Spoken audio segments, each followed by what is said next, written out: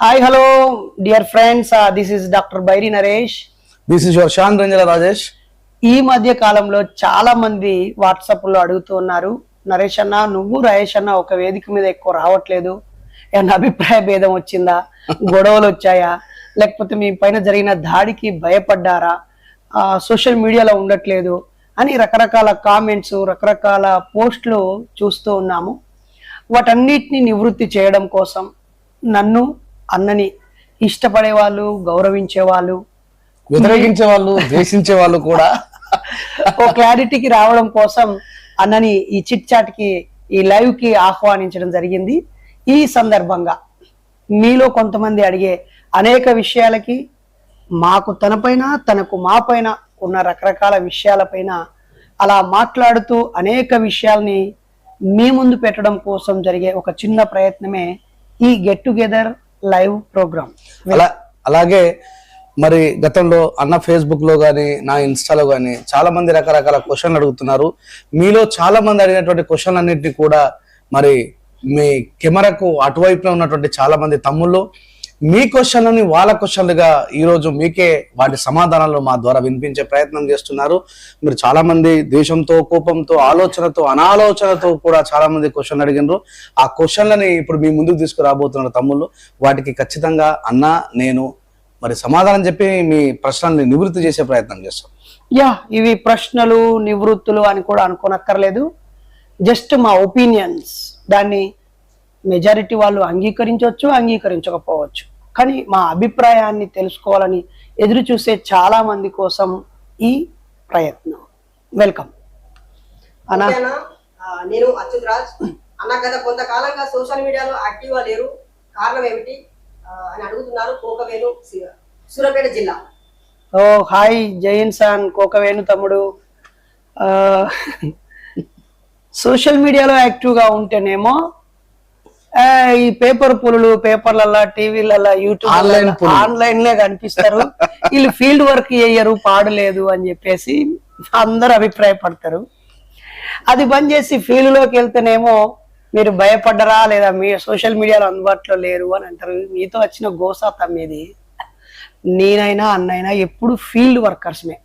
మాకు అటు ఫీల్డ్తో పాటు ఇటు సోషల్ మీడియాలో కూడా ఒక చేయి వేయటం వల్ల మీకు ఎక్కువ లైవ్గా కనిపించాము. అయితే మీరు చూస్తున్నారో లేదో, లేదా మీరు ఫాలో అయ్యే వాట్సాప్లోనో ఫేస్బుక్లోనో మీరు నేను కలిసి ఉన్న గ్రూపుల్లోనో అప్డేట్స్ లేకపోయినంత మాత్రాన మేము యాక్టివ్గా లేనట్టు కాదు. దయచేసి ఎవరైనా బైరి నరేష్ అనే వాట్సాప్ ఛానల్ ఒకటి ఉంది, దాంట్లో ఎవ్రీడే అప్డేట్స్ పెడుతున్నాను. నా పేరుతో ఉన్న యూట్యూబ్ ఛానల్లో నా యాక్టివిటీస్ అన్నీ పెడుతూ ఉన్నాను. ఈ మధ్య ఒక 8 నెలలుగా ఇతర ఛానళ్ళకి నేను ఇంటర్వ్యూ ఇవ్వలేదు. ఇతర ఛానళ్ళకి ఇంటర్వ్యూలు ఇచ్చినప్పుడు వాళ్ళు రీల్స్గా, షార్ట్ వీడియోస్గా, టాపిక్ వారీగా వీడియోస్గా, ఫుల్ లెంత్ వీడియోస్గా, ఆఫ్ వీడియోస్గా వాళ్ళు అన్ని సోషల్ మీడియా ప్లాట్ఫామ్స్లో రిపీటెడ్గా వేయడం వల్ల నేను యాక్టివ్గా ఉన్నట్టుగా కనిపించింది.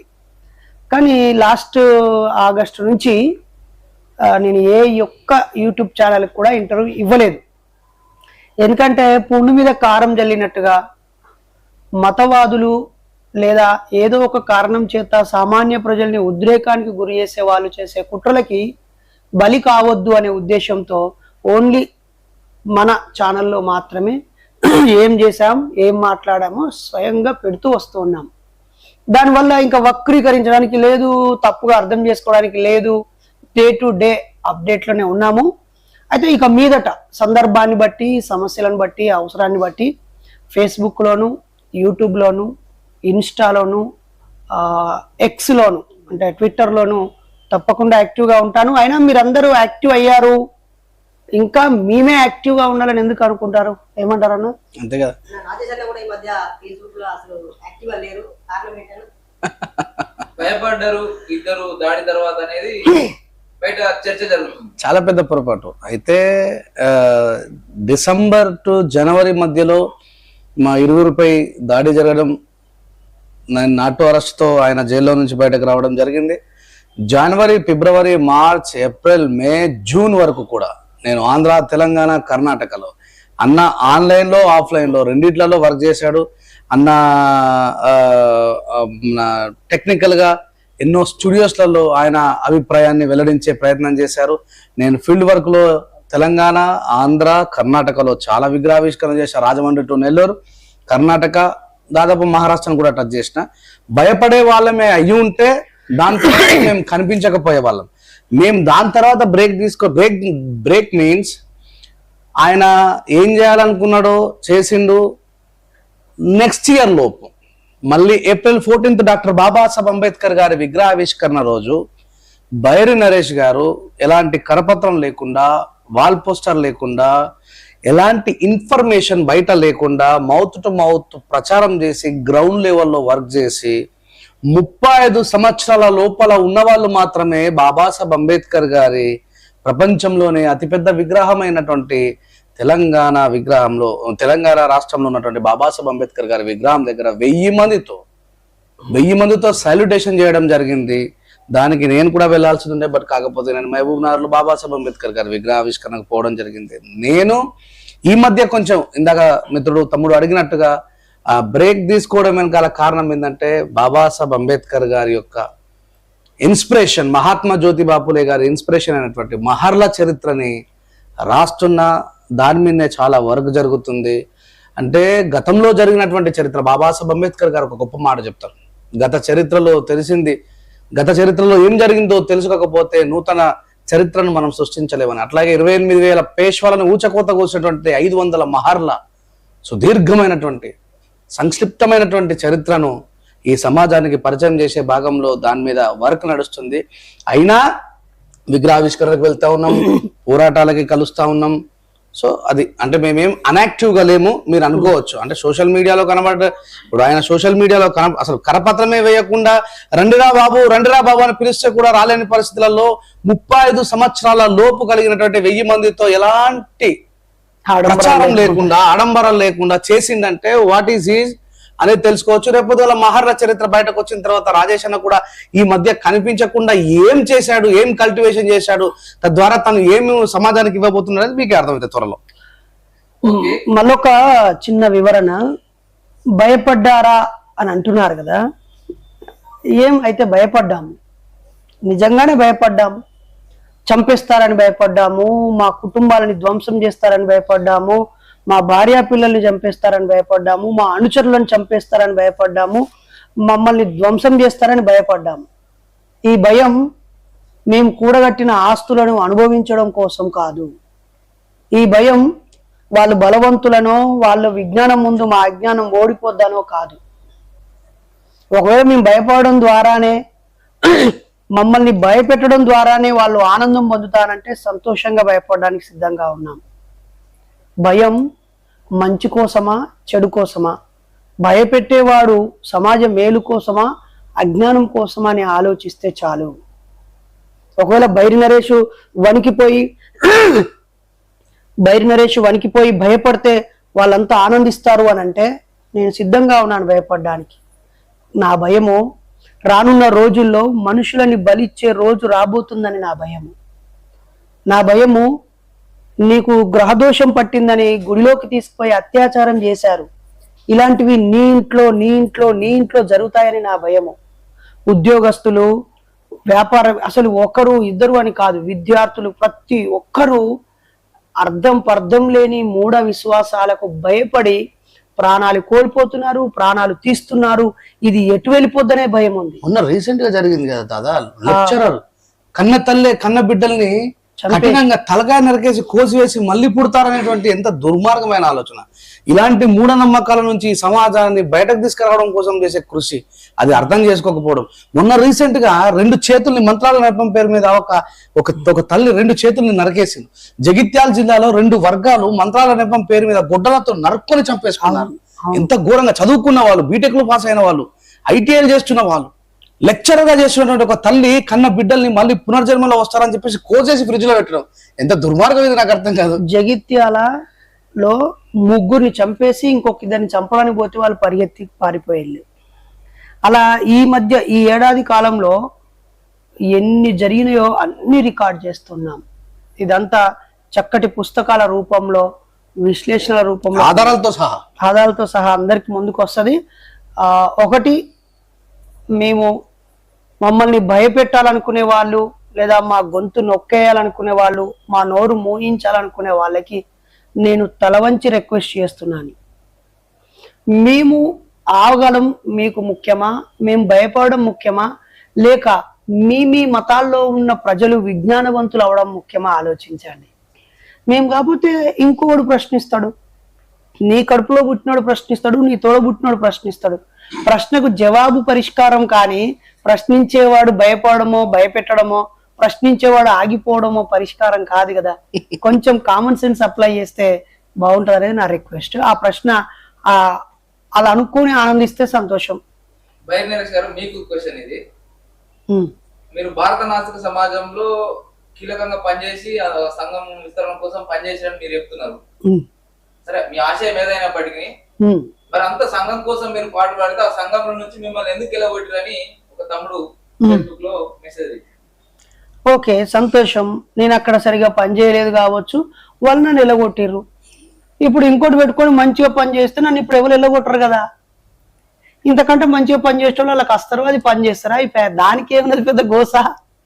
ఇప్పుడు నేను ఈ సొక్కా వేసుకోనా, ఇంకో సొక్కా వేసుకోనా, ఈ ఇంట్లోనా ఆ ఇంట్లోనా, ఏ ఇంట్లోకి వెళ్ళి ఏ ఇంట్లోకి పోయినా అది కాదు కదా. నేను ఏడున్నా, బతికున్నానా, లైవ్ లో ఉన్నానా, పని చేస్తూ ఉన్నానా అనేది ముఖ్యం. ప్రతి చోట మార్పులను సంతోషపడని నా పని మాత్రమే సమాధానం, అంతే, అయిపోయా. అలాగే అన్న ఇంకో క్వశ్చన్ నరేష్ అన్న, మీకే ఇది. మీ భార్య ప్రభుత్వ ఉద్యోగస్తురాలు కదా, మీరు చేసే ఉద్యమం ఉద్యోగస్తుల విధి నిర్వహణకు అడ్డంకి కాదా? ఇప్పుడు మా భార్య గవర్నమెంట్ ఎంప్లాయీ. ఆమె సర్వీస్ రూల్స్ ప్రకారంగా ఉదయం 9:45 బల్లెకు పోతే సాయంత్రం 4:45 దాకా ఆ స్కూల్ నియమ నిబంధనలకు ఆమె పాటించాలి. మిగతా టైంలో ఆమె ఒక మనిషి, ఆమెకు ఫ్రీడమ్ ఆఫ్ ఎక్స్ప్రెషన్ ఉంటుంది, అలాగే ఆమెకు కాన్స్టిట్యూషన్ వర్తిస్తుంది, ఆమె రైట్ టు లీవ్ ఉంటుంది. కాబట్టి రాజ్యాంగంలో ఉన్న అన్నిటికీ ఆమె అర్హురాలే. ఆమె ఉద్యోగ సమయంలో విధి నిర్వహణకు వ్యతిరేకంగా పనిచేస్తే తప్పు అవుద్ది. ఆ తర్వాత ఆమె ఉద్యోగం కాకుండా బయటి సమయంలో కూడా తానున్న గౌరవప్రదమైన ఉపాధ్యాయ వృత్తికి కలంకం తెచ్చేలాగా అశాస్త్రీయతను పెంచి పోషిస్తే తప్పు, అజ్ఞానాన్ని పెంచి పోషిస్తే తప్పు, కులమత వైషమ్యాలను ఉద్రేకాలని రెచ్చగొడితే తప్పు, ఇంకేదైనా నైతిక విలువలను పతనమైపోయి ప్రవర్తించినా జీవించినా తప్పు. కానీ తాను ఉపాధ్యాయురాలుగా విద్యార్థులను శాస్త్రీయంగా తీర్చిదిద్దుతుంది, రేపటి తరం పౌరులను తయారు చేస్తుంది, అలా ఉద్యోగం చేస్తున్నందుకు జీతం తీసుకుంటది. ఇంకా బయటకు వచ్చి ఆ ఉద్యోగాన్నే ఉద్యమంగా చేస్తున్నది కదా. ఇక్కడేం డబ్బులు ఇవ్వట్లేరు కదా. ఇంకా అవి సంపాదించే సాలీలో సగం డబ్బు ఖర్చు పెట్టి బాల్య వివాహాలు అద్దని ప్రచారం చేస్తున్నది. అలాగే మహానుభావుల యొక్క చరిత్రలను వివరిస్తున్నది, బుక్కులో పెన్నులో పెన్సిల్లో పుస్తకాలు కానుకలుగా ఇస్తున్నది, వేరు మేజర్ అయిన వాళ్ళకి పెళ్లిళ్ళు చేయడానికి సహకరిస్తున్నది, నాతో పాటుగా కౌన్సిలింగ్స్ ఇస్తున్నది, సెలవు దినాల్లో మూఢనమ్మకాలపై ప్రజల్ని చైతన్యం చేయడానికి ప్రయాణిస్తున్నది. తనలాంటి ఎంతో మందిని కలుపుకొని ఒక ఉద్యమ నిర్మాణంలో నాతో సరి సమానంగా పనిచేస్తున్నది. కాబట్టి ఏ వ్యక్తి అయినా, ఉద్యోగం చేసే ఏ వ్యక్తి అయినా మూఢనమ్మకాల నిర్మూలన సంఘంలో హ్యాపీగా పనిచేయవచ్చు. ఇది రాజ్యాంగబద్ధమైన సంఘము, రాజ్యాంగ విలువల్ని పాటించే సంఘము. ఎక్కడ చట్టానికి వ్యతిరేకంగా కానీ, ప్రజల జీవితానికి విరుద్ధంగా కానీ, అశాంతిని నెలకొల్పేది కానీ, శాంతి భద్రతలను దెబ్బతీసేది కానీ, ఉద్యోగానికి ఇబ్బంది కలిగి ఏ పని ఉండదు. దీంట్లో హాయిగా న్యాయమూర్తులు చేరవచ్చు, పోలీస్ అధికారులు చేరవచ్చు, అలాగే రకరకాల ఉద్యోగాల్లో ఉన్న వాళ్ళందరూ చేయొచ్చు. ఎందుకంటే ఇది ఒక రిజిస్టర్డ్ ఆర్గనైజేషన్, అలాగే ప్రజలను చైతన్యపరిచే ఆర్గనైజేషన్ తప్ప ఎక్కడ ప్రభుత్వానికి వ్యతిరేకమో లేకపోతే సైంటిఫిక్ టెంపర్కి వ్యతిరేకమో ప్రజలకు వ్యతిరేకమైందో కాదు. కాబట్టి హ్యాపీగా చేయొచ్చు. ఇప్పుడు మా సంఘంలో అనేక మంది ఉద్యోగస్తులు వాళ్ళ జిల్లాలో బాధ్యతలు తీసుకొని పనిచేస్తున్నారు. రానున్న రోజుల్లో ఇంకా చేస్తారు. ఓకే, మీ ఇద్దరి క్వశ్చన్. కృష్ణసాయి గౌడ్ మీ ఇద్దరిని అడుగుతున్నాడు.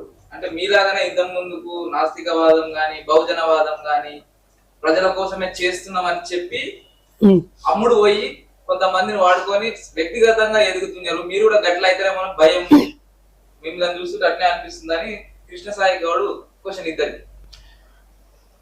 అన్న మీరే చెప్తారా? నేను చెప్తే కొంచెం ఘాటుకుంటుందో నాటుకుంటుందో మీరే చెప్పండి. ఫర్ ఎగ్జాంపుల్ తీన్మార్ మల్లన్న లెక్క అని కూడా ఆయన మెన్షన్ చేసింది. ఓహో. కృష్ణ సాయి గౌడ్. హాయ్ కృష్ణ సాయి గౌడ్, మీ ప్రశ్న అర్థవంతమైంది కాదు. నువ్వు మోసపోయావా? ఎవరైనా మోసపోయారా? చట్ట ప్రకారంగా ఎవరైతే మోసం చేశారో వాళ్ళపై చర్యలు తీసుకోవాలి. ప్రతి ఒక్కరు బోధించేది అదే. అలాగే నేను పనిచేసిన, అన్న పనిచేసిన, ఇంకొకరు పనిచేసిన, ఇంకొకరు పనిచేసిన, వాళ్ళు పని చేస్తున్నది దేనికోసము, ఆ పనిలో నిజాయితీ ఉందా, అకౌంటబిలిటీ ట్రాన్స్పరెన్సీ ఉందా, వ్యక్తిగత ప్రయోజనాలు ఉన్నాయా అనేది కొద్దిలోనే తెలిసిపోద్ది. ఇంకొంతమంది బాగా పాపులారిటీ వచ్చాక పక్కకు జరుగుతారు, కొంతమంది సరిపోయేంత డబ్బు వచ్చేదాకా మోసం చేస్తారు, ఆ తర్వాత పక్కకు జరుగుతారు. ఇంకొంతమంది ప్రమాదాలు వచ్చేదాకా పనిచేసి పక్కకు జరుగుతారు. అంటే ఆర్థిక ప్రయోజనాలు అయితే వస్తాయి, రాజకీయ ప్రయోజనాలు అయితే ఒక స్థాయి, పేరు కీర్తి అయితే ఇంకొక స్థాయి. మరి మాకు ఆర్థిక ప్రయోజనాలు ఉన్నాయని మీకు అనిపిస్తుందా మీ పరిశీలనలో? నేను 1995 నుంచి ఈ ఫీల్డ్లో ఉన్నాను. నాకు రాయేష్ అన్న ఒక 12 ఏళ్ళు 15 ఏళ్ళుగా పరిచయం. ఎప్పుడైనా మేము కార్యక్రమాల కోసము ఫండ్ రైజ్ చేయడం కోసం, పైసల కోసం కార్యక్రమాలు చేసినామా, లేకపోతే మా వ్యక్తిగత ఆస్తులు ఈ 5-10 ఏళ్లలో పెరిగినాయా, లేకపోతే మేము ఎక్కడైనా వినోదాలు, విలాసాలు, జల్సాల కోసం పాకులాడినామా, స్పందించినామా, స్పందించలేనే కాలము పరిశీలన ఒక హేతువాద దృక్పథంతో ఆలోచిస్తే సమాధానం తెలుస్తుంది కదా. అలాగే మీరు ఒక వ్యక్తి పేరు చెప్పారు, ఒకవేళ ఆ అన్న కూడా పొరపాటు చేస్తుంటే లెట్ us ఫైట్ అగెనిస్ట్. ఇంకా అంతకు ముందు ఇంకెవరైనా కూడా అసలు ఫస్ట్ ప్రేమించండి డూడ్, మహా అంటే తిరిగి ప్రేమిస్తారు. ఇది సినిమా డైలాగే కాదు, నిజంగా కూడా ప్రేమిస్తే తెలుస్తుంది కదా. నువ్వు ప్రేమించిన అమ్మాయిలు ఎంతో మంది నిన్ను మోసం చేస్తారు, లేదా అబ్బాయిలే ఎంతో మంది నిన్ను ప్రేమిస్తున్నానని చెప్పి మోసం చేస్తారు. కలిసి ఉన్న భార్యాభర్తలే విడిపోతూ ఉంటారు, పెద్ద పెద్ద ప్రముఖులే విడిపోతూ ఉంటారు, స్నేహితులుగా వ్యాపారాలు చేసిన వాళ్ళు విడిపోతూ ఉంటారు, ఒక తల్లి కడుపులో పుట్టిన వాళ్ళు విడిపోతూ ఉంటారు. ఒక్కొక్కరు వాళ్ళ స్థాయి, వాళ్ళ శక్తి మేరకు పనిచేస్తారు, ఆ తర్వాత నీరు గారిపోతారు. మేము కూడా పనిచేస్తున్నాం, చేయని అంటే పలానా ఆయనకు సహాయపడ్డాము, ప్రముఖుని చేసినాం, ఆయన వెళ్ళిపోయాడు, ఈయనకు సహాయపడ్డాము, ప్రముఖుని చేసిన వెళ్ళిపోయాడు, ఇంకోని తయారు చేస్తే వాడు అరే తయారు చేస్తున్నందుకు సంతోషించు, పోతున్నందుకు వాడు దౌర్భాగ్యుడు. వాడు ఇంతమంది ప్రజల ప్రేమను, వాడు వీడు అంటే ఒక వ్యక్తి అని కాదు, ఎవడైతే మెయిన్ స్ట్రీమ్ లో నుంచి, ప్రజాక్షేత్రంలో నుంచి, పేరు పలుకుబడి గౌరవ మర్యాదలోంచి పక్కకు పోతాడో, కక్కుర్తి పడతాడో, వాడు ఇంతమంది ప్రేమను కోల్పోతున్న బికారి అని ఎందుకు అనుకోవద్దు? వాడు నిన్ను వాడుకొని బలవంతుడై బయటికి పోయిన అని అనుకునే వాళ్ళు ఇంతమంది ప్రేమ ఆదరాభిమానాల్లో నుంచి ఆడొక ఎవరైనా ఒకరు గుండం గీసుకొని ఆ పరిమితమైన బతుకుతున్నాడు, అదొక లేకిరి బతుకని అనుకోవచ్చు కదా. అరే నేను కూడా ఏమంటా, నన్నైనా అన్ననైనా మేము నిజాయితీగా ఉన్నాన్ని రోజులే ప్రేమించు, సమాజానికి పని చేస్తున్నంతసేపే ఆదరించు, పని చేయనప్పుడు మమ్మల్ని కూడా చెత్త కుప్పలో వాడేయి. నువ్వెందుకు వాడుకోబడాలే, నువ్వెందుకు వాడుకోబడాలే? పైసలు సంపాదిస్తారని చాలా మంది కామెంట్ పెట్టారు. మళ్ళీ అడుగు. అంబేద్కరిజాన్ని, నాస్తికవాదాన్ని అడ్డు పెట్టుకొని మీరు కూడా పైసలు సంపాదించే బ్యాచ్ అని అంటున్నారు మీ ఇద్దరిని. దీనికన్నా నువ్వు చెప్పరా అదే జరా. అంబేద్కరిజాన్ని, నాస్తికత్వాన్ని వాడుకోవడం అనేది ఏముండదు. బాబాసాహెబ్ అంబేద్కర్ గారు 100% మందికి కూడా ఇంకా తెలియదు. ఆయన 100% మందికే తెలియనప్పుడు నాస్తికవాదం అంటే ఇంకెంతమందికి తెలుసు? అంటే సంపాదించుకోవడానికి 1,00,000 మార్గాలు ఉన్నాయి. నాకు గొంతు ఉంది, ఆయనకు నాలెడ్జ్ ఉంది, నాకు రచనా శైలి ఉంది, ఆయనకు సైకాలజీ ఉంది, ఆయన సైకాలజీ క్లాసులు చెప్పుకుంటే రోజు 5 క్లాసులు చెప్పుకుంటే 25,000 సంపాదించవచ్చు ఫర్ డే. నేను ఒక పాట రాసిన, పాట పాడినా, ఏ పాటన రాయచ్చు, ఏ పాటన పాడచ్చు, కానీ ఎప్పుడు కూడా నేను నా అనుకునే ఒక బౌండరీ తీసుకొని సిద్ధాంత ప్రకారమే బతకడం. అంబేద్కరిజాన్ని మోయడం అనేది అంత ఈజీ అయిన విషయం కాదు, నాస్తికత్వాన్ని మోయడం అనేది కూడా అంత ఈజీ అయిన విషయం కాదు మిత్రులారా. అంటే అంబేద్కరిజాన్ని అడ్డు పెట్టుకుని అన్నారు మీరు ఒక మాట. It is a very toughest way my dear friends, try to understand it. నాస్తికవాదమైన అంబేద్కర్వాదమైన చాలా చాలా సమస్యలతో, వ్యతిరేకతతో కూడుకున్నటువంటి బాబాసాహెబ్ అంబేద్కర్ గారిని నేను చాలా సందర్భాల్లో చెప్తా ఉంటాను. అంబేద్కర్ గారు నాస్తికవాదం ఇవన్నీ కూడా సైమల్టేనియస్ గా మానవ వికాసాన్ని పెంచి పోషించేటివే, మనుషుల మధ్యలో ప్రేమను చిగురింపజేసేటివే, కుల మతాలను రూపుమాపుతూ మనిషిని మనిషిగా ప్రేమించే సమాంతరమైనటువంటి ఆలోచన విధానాన్ని నేర్పించేటివే. ఎందుకంటే కాకరకాయ చేదుగా ఉంటది నాలుకకి, కానీ అది ఆరోగ్యానికి చాలా మంచిది. కానీ చక్కెర తినడానికి చాలా తీయగా ఉంటది, నాలుకకి చాలా అద్భుతమైన, కానీ ఒంటికి ఎట్లాగైతే అడ్జస్ట్ అంటే అంబేద్కరిజమైన నాస్తికవాదమైన నా అస్తిత్వంలో లేదు కానీ నమ్మద్దు అని చెప్పి ఇక్కడ రాలేదు అది కనబడేదాకా చూడండి బాబు అంటే అర్థం కాదు. బాబాసాహెబ్ అంబేద్కర్ గారిని మొదలమని చాలా కాన్ఫిడెంట్ మహనీయుడు కావచ్చు. చాలా మంది బాబాసాహెబ్ అంబేద్కర్ గారి సిద్ధాంతాన్ని మోసపోయిన మహనీయులు ఎవరు కూడా కోట్ల రూపాయలు సంపాదించారు. కానీ ఆ సిద్ధాంతం అనేది చాలా కఠినంతో కూడుకున్నటువంటి వ్యవహారం. శీలాన్ని కాపాడుకోవాల్సి వస్తుంది, రకరకాల సమస్యలు ఉంటాయి. మీరు ఒకటే ఆలోచించవచ్చు, డబ్బులే సంపాదించే వాళ్ళమే అయితే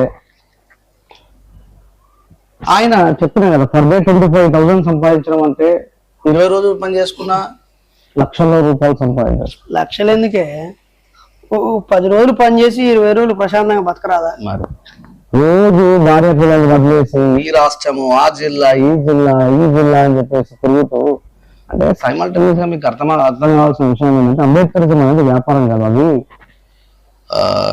చీకటికి పారదోలుతో జ్ఞానాన్ని వెలిగించే జ్యోతులు లాంటివి. దాన్ని చదివి అర్థం చేసుకున్నాడు. ఇప్పుడు గమనించినట్టయితే అంటే ఇంతకుముందు మన సోషల్ మీడియా లేకపోవడం వల్ల బాబాసాహెబ్ అంబేద్కర్ గారు ఆయన సిద్ధాంతం అర్థం కాలేదు. ఈ రోజు యూపీఎస్సీ దానికి సంబంధించినటువంటి సిలబస్ చదివిస్తున్నటువంటి పెద్ద పెద్ద వాళ్ళ కులానికి మతానికి బ్రాహ్మణులు కావచ్చు, ఎవరన్నా కావచ్చు, వాళ్ళు చెప్తా ఉన్నారు ఈ రోజు బాబాసాహెబ్ అంబేద్కర్ గారి యొక్క నిగూఢత గురించి. ఆయన ఇంత గొప్పవాడు, ఇంత కష్టపడి చదువుతున్నాడు, ఈ భారతదేశం యొక్క కీర్తి పతాకాన్ని విషయంలో ఎప్పచాటంలో గ్రేట్ స్టూడెంట్, గ్రేట్ లెక్చరర్, ప్రతి విషయంలో కూడా చాలా అద్భుతంగా కనపరిచినటువంటి వ్యక్తిగా యూపీఎస్సీ ఎగ్జామ్ ని ప్రిపేర్ చేసినటువంటి వాళ్ళే చెప్తా ఉన్నారు. అంటే అంబేద్కరిజం అనేది అదొక వ్యాపారం కాదు, వాళ్ళు అర్థం చేసుకునే ప్రయత్నం చేయాలనే మా తపన, మా బాధ, మా దుఃఖం, మా ఆవేదన అంతా కూడా. అంటే ఒక బ్రదర్ అంబేద్కరిజాన్ని నాస్తికత్వాన్ని అడ్డు పెట్టుకొని సంపాదిస్తున్నారు అనే పదము మనల్ని సైద్ధాంతికంగా ఎదుర్కోలేని పిరికి పందలు లేదా ఈ వంకతో ఇలా అంటే వాళ్ళు వాళ్ళ వేగాన్ని తగ్గించుకొని ఆగిపోతారేమో, ఆత్మన్యూనత భావానికి గురైతారని చేసే ఒక కుట్ర పదం అది. దాంట్లో భాగంగా ఇష్టం వచ్చిన పిచ్చి కామెంట్లు పెట్టడం మనం చూసి నవ్వుకుంటాం అంతే. ఇప్పుడు అదే నిజమే అయితే అరే అందరూ అంబేద్కరిజం నాస్తికత్వం మారనరా భయ్, ఇలా పనిచేస్తే కోట్లు వస్తాయి. ఆ పనికి మాలిన రాజకీయాలకు పోవడం ఎందుకు, ఆ పనికి మాలిన వ్యాపారాలు చేయడం ఎందుకు, ఆ కష్టపడి సంవత్సరాల తరబడి ఉద్యోగాలు చేయడం ఎందుకు? అందరూ నాస్తికత్వాన్ని అంబేద్కరిజాన్ని భుజాన్ని ఎత్తుకోండి.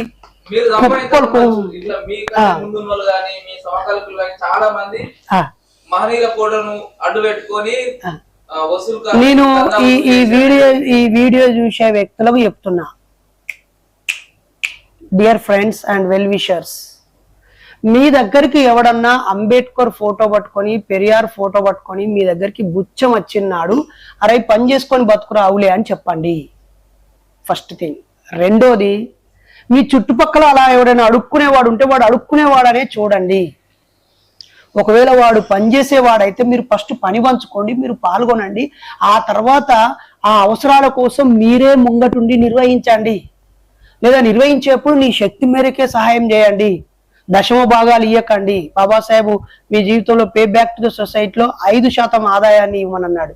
ఒకసారి స్వయం విమర్శ చేసుకోండి. మీలో ఎవరైనా అంబేద్కరిజం నాస్తికత్వం కోసం మీరు సంపాదించిన సంపద కొంత ఇచ్చి, అరే వానికి ఇచ్చిన వాడు పని చేయలేదు, వాడు అంబేద్కరిజాన్ని పెంచలేదు, ప్రచారం చేయలేదు, నాస్తికత్వాన్ని కాపాడలేదు, నిలబెట్టలేదు, నా సంపదతో వాడు బాగుపడ్డాడని ఒకరిద్దరు ఉంటే వెంటనే ఓపెన్ అయిపోండి.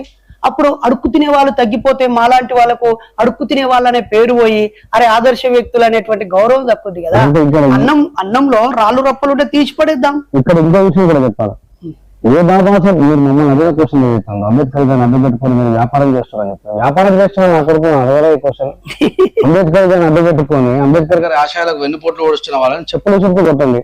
మీరు ఎంత అది దళితులు కావచ్చు, బౌద్ధులు కావచ్చు, ఇంకెవరన్నా కావచ్చు, చెప్తున్నా గుర్తుపెట్టుకోండి, గమనిగా సమాధానం చెప్తున్నా గుర్తుపెట్టుకోండి. అంబేద్కర్ గారి ఫోటో అడ్డు పెట్టుకొని ఆ సమాజాన్ని నిలువున దోపిడీ చేసి వాళ్ళ సొంత ప్రయోజనాల కోసం పోతున్న చెత్తనా కొడుకుని ప్రశ్నించే దమ్ము చెత్తనా కొడుతున్నారా? మమ్మల్ని ప్రశ్నించడం కాదు, అక్కడ వేసే వాళ్ళని ప్రశ్నించండి, సిద్ధాంతానికి విరుద్ధంగా పనిచేస్తున్న వాళ్ళని ప్రశ్నించండి. ఏ సమాజంలో అయితే నటి రోడ్డున వ్యక్తిగత ప్రయోజనాల కోసం చెప్పండి నిరంతరం బోధకులను వదిలేసి సమాజం రాష్ట్రానికి ప్రజల సిద్ధాంతం కోసమే లక్ష్యం కోసం పనిచేస్తున్నటువంటి మమ్మల్ని అడగదే కాదు మోసం చేసే అడగలేదు. ఇప్పుడు అంత సింపుల్ లాజిక్. ఇప్పటి వరకు నేను ఒక 500 బాబాసాహెబ్ అంబేద్కర్ విగ్రహ ఆవిష్కరణలకు వెళ్ళిన, శిలాపలకాల కింద పేరు రాసిండు. అందులో ఏ ఒక్కరినైనా బైరి నరేషు మీ దగ్గరికి వస్తున్న సందర్భంగా ప్రయాణం ఖర్చులకు కాకుండా ఏమన్నా అదనంగా అడుక్కున్నాడా అని ప్రశ్న వేయండి, సరిపోతుంది. చిన్న కామెంట్ పెట్టారు. మరి నేను కూడా నన్నైతే ఉల్టా ముంచిన వాళ్ళు ఉన్నారు. నా రేపు పంపిస్తాం, ఎల్లుండి పంపిస్తాం, ఆ ఊర్ల పేరు చెప్తాను, ఇద్దరు సప్నా చూపుకోలేదు, అడిగి సప్నా చదువుకుని ఉంటా. నా దగ్గర కూడా పైసలు రోజు చెప్పుకోలేదు ఎప్పుడు, ఎందుకంటే సిద్ధాంతం కోసం బతుకుతున్న వాళ్ళం కాబట్టి. అయితే నేను ఇప్పటివరకు ఒక 10 సార్లు ప్రజల్ని క్రౌడ్ ఫండ్ రైజ్ చేశాను. నిజమే. అది ఏ సందర్భము? విజయవాడలో నిర్వహించినప్పుడు రఫీ అకౌంట్ ఇచ్చాము, తిరుపతిలో నిర్వహించినప్పుడు ఆదాం నంబర్ ఇచ్చాము, వరంగల్లో నిర్వహించినప్పుడు రాకేష్ ఇచ్చాము, తర్వాత హన్మకొండలో నిర్వహించినప్పుడు శ్యామ్ది ఇచ్చాము, లాస్ట్ కరోనా తర్వాత నిర్వహించినప్పుడు నాదే ఇచ్చాము. దాని బ్యాంక్ స్టేట్మెంట్ ఈ ప్రోగ్రామ్ అనౌన్స్ చేయడానికి 4 రోజుల ముందు నుంచి అనౌన్స్ అయిపోయినాక లెక్కలు చెప్పిన 4 రోజుల తర్వాత ఉన్న ట్రాన్సాక్షన్స్ మొత్తం అప్పగించాము. వస్తువులు ఎవరెవరు ఇచ్చారు, పుస్తకాలు ఎవరెవరు ఇచ్చారు, తర్వాత ఫోటో మెమోంటోలు ఎవరు ఇచ్చారు, బియ్యం ఎవరు ఇచ్చారు, లిక్విడ్ క్యాష్ ఎవరు ఇచ్చారు, ఆ రోజు నేరుగా ఇచ్చిన వాళ్ళు ఎంతున్నారు, ఫోన్ పే ఆన్ రికార్డ్. ఇప్పుడు కూడా మేము రేపు రానున్న రోజుల్లో కార్యక్రమాలు నిర్వహిస్తే ఆయా జిల్లాలకు వెళ్ళడానికి మా ఆవిడని అడుక్కున్నాను, లేదా కొన్ని ముఖ్యమైన ప్రదేశాలకు వెళ్ళినప్పుడు మీలో మంచి స్నేహితులు ఆ దారిలో వెళ్తున్నప్పుడు భోజనం పెట్టిన వాళ్ళు ఉన్నారు, ఆ తర్వాత పెట్రోల్ డీజిల్ పోయించిన వాళ్ళు ఉన్నారు. రేపు ఇంకా మనం 1000 మంది సమావేశం అవుతున్నప్పుడు తలా ఓ చేసుకుంటాం.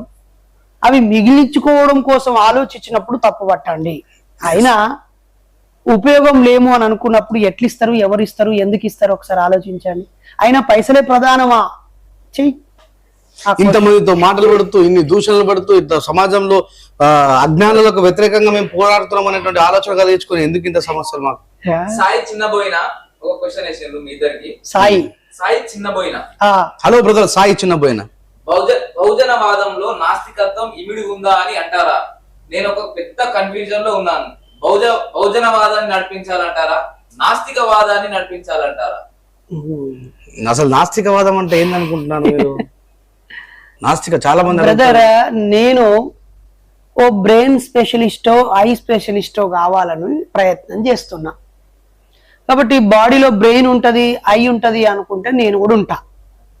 లేదా ఈ ఆర్గానికి సంబంధించి ఈ ఆర్గానికి పనికిరాంది సంబంధం లేదంటే సంబంధం లేనట్టే ఉంటా. బహుజనవాదమా, భౌతికవాదమా, అంబేద్కరిజమా, నాస్తికవాదమా, ఇట్లా రకరకాలుగా మీరు రకరకాలు ఊహించుకుంటారు. నేనైతే సమాజ చైతన్యం, అన్ని రకాల సమగ్ర చైతన్యాన్ని కోరుకునే వ్యక్తిని. ఆ క్రమంలో సమాజం పీడించబడే అనేక సమస్యల్లో మూఢనమ్మకాలు అనేది ఒక అంశం. దాని మీద 10 ఏళ్ళు పిహెచ్డి చేసి డాక్టరేట్ పట్టా ఉస్మానియా యూనివర్సిటీ నుంచి పొందిన. 29 ఏళ్ళుగా అదే అంశం మీద పనిచేస్తూ ఉన్నా. కాబట్టి నేను మూఢనమ్మకాలు నిర్మూలించాలనుకున్నాను. దానికి నాస్తికత్వమే మందు.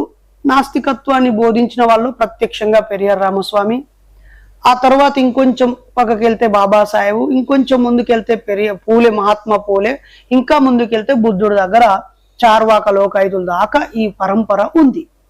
ఏ కాలంలో ఏ మహానుభావుడు వచ్చినా, ఏ సంఘ సంస్కర్త వచ్చినా, గొప్ప వ్యక్తి వచ్చినా అప్పుడున్న సమాజంలో ఉన్న అసమానతలు, సామాజిక రుగ్మతల పైన వాళ్ళ గొంతు వినిపించారు.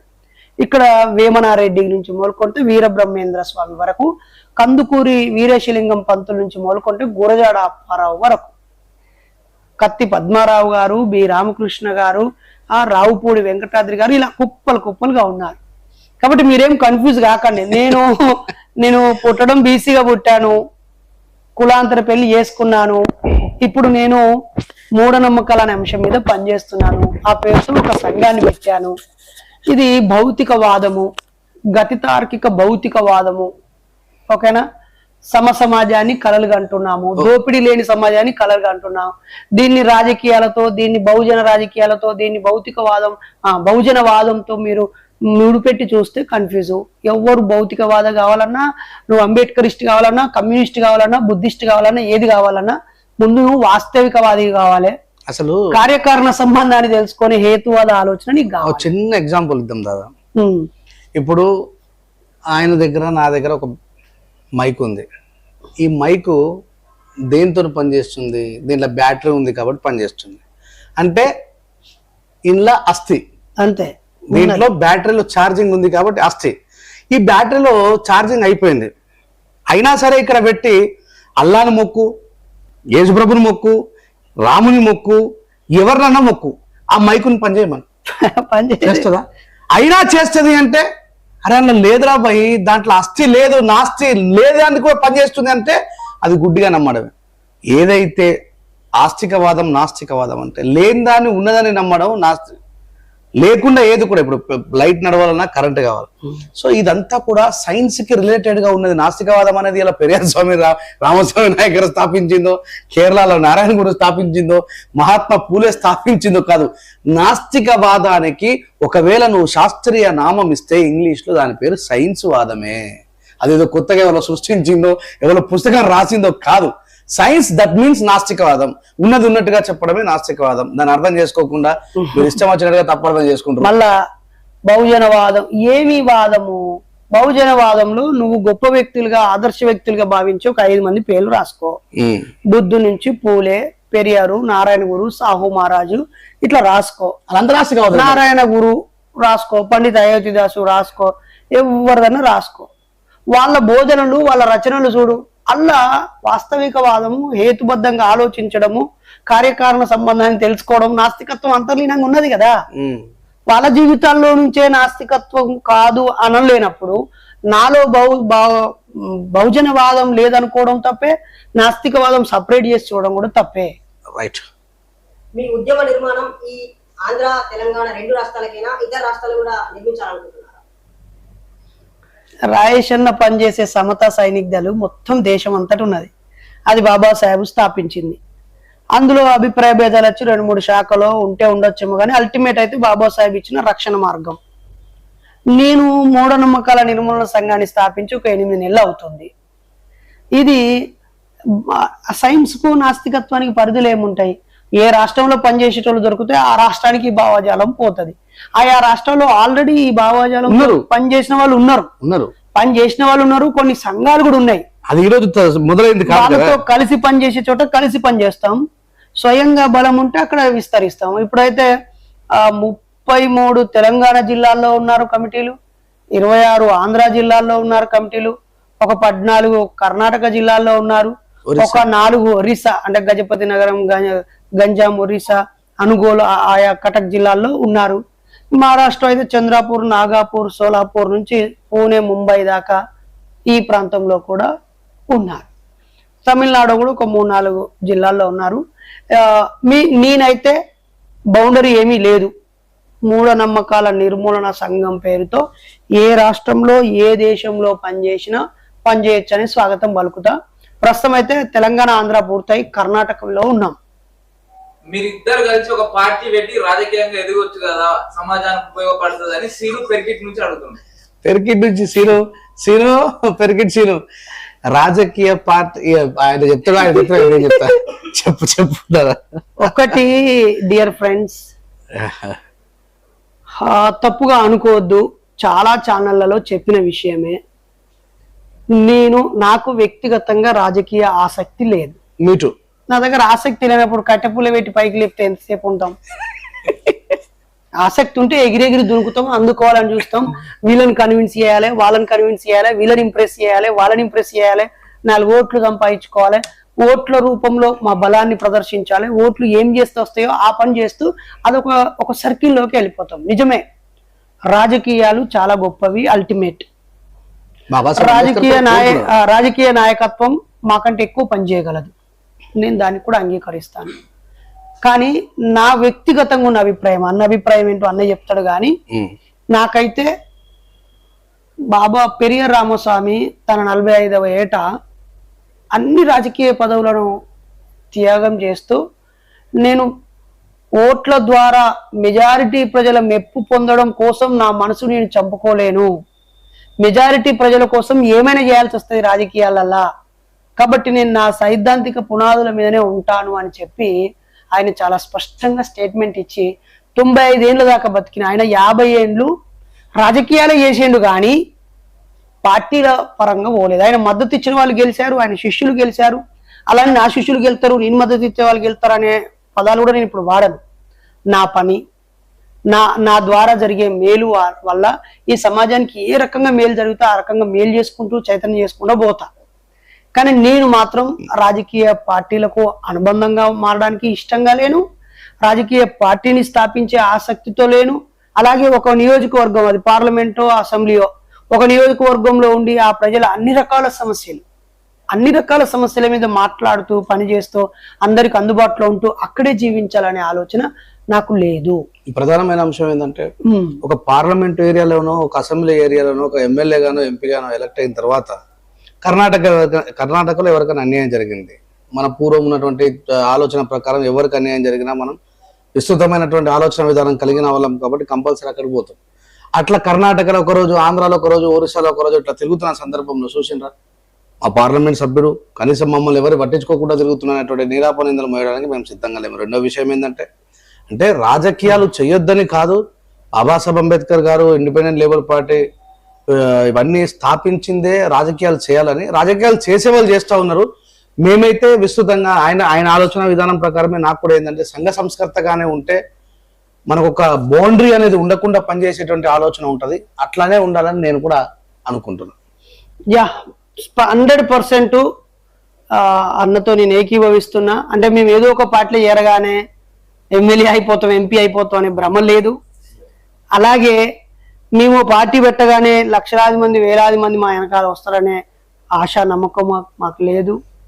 అలాగే గుర్తుపెట్టుకోండి ప్రజలారా, మిత్రులారా, ఇప్పుడు చాలామంది VCK party Thirumavalavan sir, Azad Ravan గారు, విశారదన్ గారు, తర్వాత మందకృష్ణ గారు, ఇంకా అంటే బిఎస్పి నుంచి పరంజ్యోతి గారు, చాలామంది మాయావతి గారి నాయకత్వంలో బిఎస్పి పార్టీ, ఆర్పిఐ పార్టీ నుంచి కొంతమంది, ఇంకా కొంతమంది ఔత్సాహికులు వ్యక్తిగతంగా కొన్ని పార్టీలు పెట్టి ముందుకు సాగుతున్నారు.